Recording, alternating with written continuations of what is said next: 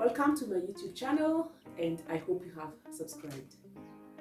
I hope you have also been enjoying the content that I have been posting. This month we are going to talk about the workplace. Today I'm going to talk about signs of toxic workplaces. Now, number one, gossip and silos. People who gossip end up having silos. What are silos?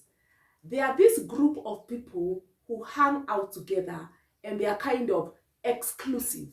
And their exclusivity is strictly because of gossip. That is the common thing that they have.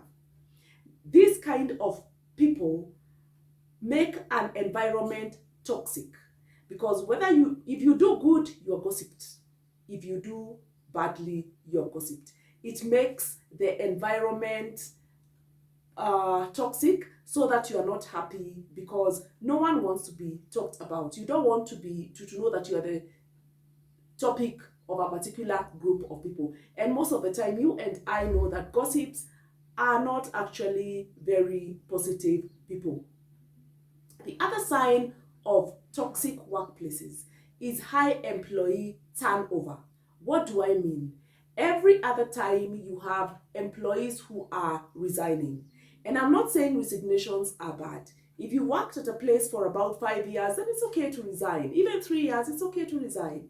But if every time, especially annually, you have like 5 resignations, and in particular from a particular department, then that is a red flag. That is a sign of a toxic workplace. The other sign is recurrent fights amongst the staff and underlying currents. You don't have to fight physically. Sometimes it's fights on email, bad language, snide remarks, bad energy, negative vibes in a boardroom. Then that tells you it's a toxic environment. Because ask yourself, why are we fighting? What are we fighting about? It means there are some insecurities that make you fight. The other thing is when you are there strictly for the pay. Of course, you are employed for the pay. However, if there is no other incentive for you to work in that organization apart from the pay, then something is wrong with that organization. It's toxic. I always tell people, if you want to know you are in a good work environment, would you still work at that place? Would you still work at that job? Would you still do what you are doing even if you are not paid? If the answer is yes, then that is a healthy workplace. If you are there strictly for the pay, if it were not for the pay, you would not do this job, then you are in a toxic workplace.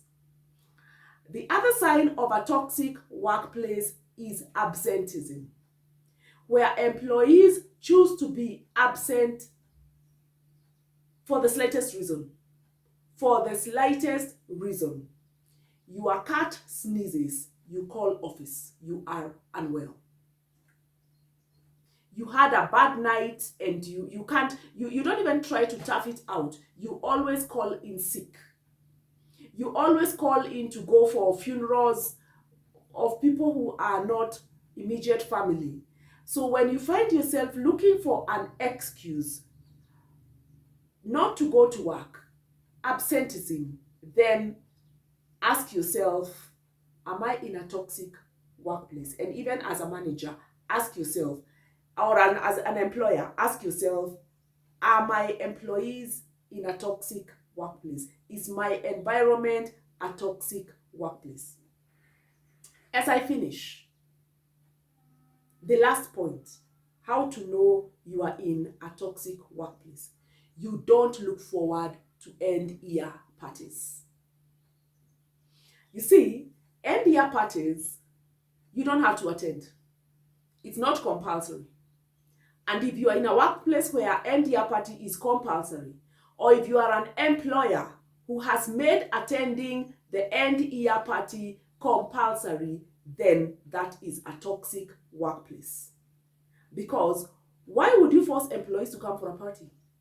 It's not work. You're not being paid. There are no deliverables. So if you as an employee find yourself skipping, skiving the end year party, then that's a red flag. As an employer, if you find a lot of your employees avoiding the end year party, then you know it is a toxic workplace. They have nothing to celebrate. They don't care about those speeches because their heart is not in it. I hope that has helped both employers and employees understand if you are in a toxic work environment. Thank you very much for watching, and I look forward to hearing your comments on any other pointers of a toxic work environment. Thank you once again.